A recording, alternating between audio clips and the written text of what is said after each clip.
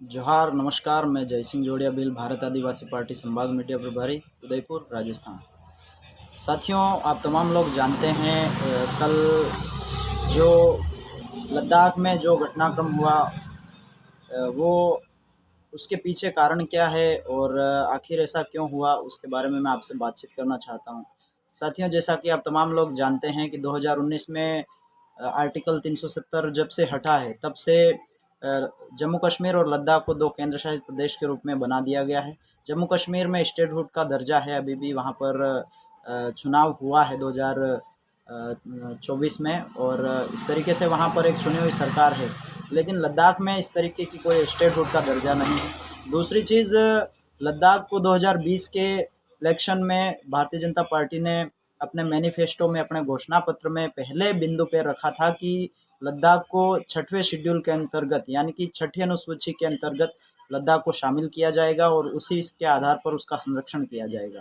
तो वहाँ के स्थानीय जलवायु कार्यकर्ता सोनमजी वांगचुक लंबे समय से 2019 में जब से ये केंद्र शासित प्रदेश बना, उसके बाद से जिस तरीके से भारतीय जनता पार्टी ने वादे किए थे, उस वादों के अमल में लाने के लिए, उन वादों को अमल में लाने के लिए वो लंबे समय से संघर्षरत हैं, और साथ ही साथ पूरा लद्दाख की जो जनता है वो उनका समर्थन कर रही है। ऐसे में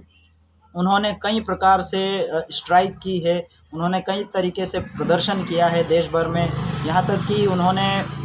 लास्ट बार भी हंगर स्ट्राइक की थी, उसके बाद उन्होंने पदयात्रा लद्दाख से दिल्ली तक पदयात्रा की थी, जिसका स्वागत भी बहुत सारे, जहाँ जहाँ से वो गुजरे वो बहुत सारे लोगों ने उनका स्वागत किया, उनको समर्थन दिया। लेकिन अभी जो लगातार उन्होंने 35 दिन का हंगर स्ट्राइक रखा था, भूख हड़ताल रखा था, उसमें 15वें दिन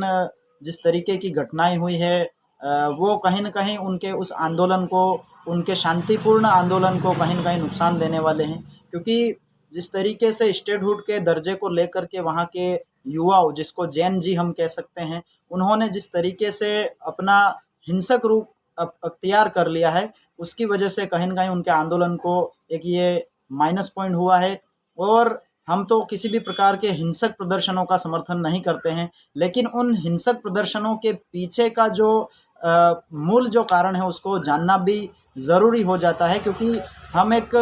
समझदार इंसानियत को मानने वाले लोग हैं, तो जाहिर सी बात है हमें किसी भी मामले के दोनों पक्ष को जांचना चाहिए। तो ऐसे में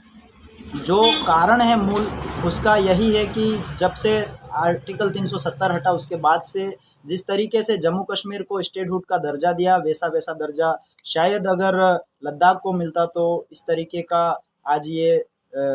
स्थिति नहीं देखने को मिलती। और साथ ही साथ जिस तरीके से भारतीय जनता पार्टी ने 2020 के चुनाव में उनसे जो वायदा किया था, अगर वो वादा अपने घोषणा पत्र के अनुसार पूरा किया जाता तो शायद ये चीज़ें देखने को वहाँ नहीं मिलती। वहाँ के लोग भी चाहते हैं कि वहाँ पर एक लोकतांत्रिक चुनी हुई सरकार बने, या चुने हुए जनप्रतिनिधि हो जो वास्तव में शासन प्रशासन को सही तरीके से चला सके, किसी भी तरीके का भ्रष्टाचार ना हो, और सभी लोग अपने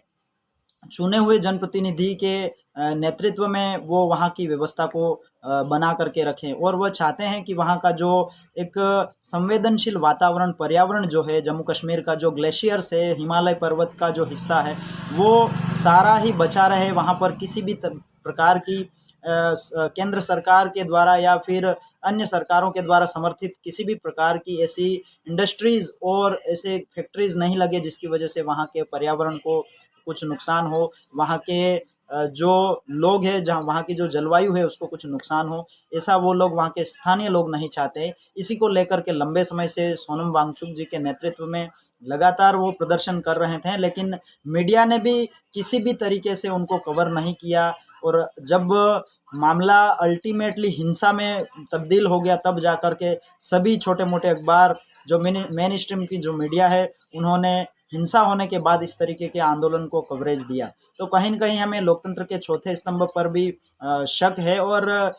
भरोसा कहीं न कहीं इससे लोगों का लोकतंत्र के चौथे स्तंभ से भरोसा टूटता है। तो जब भी कभी ऐसा प्रदर्शन हो रहा है, या पर ऐसा, या फिर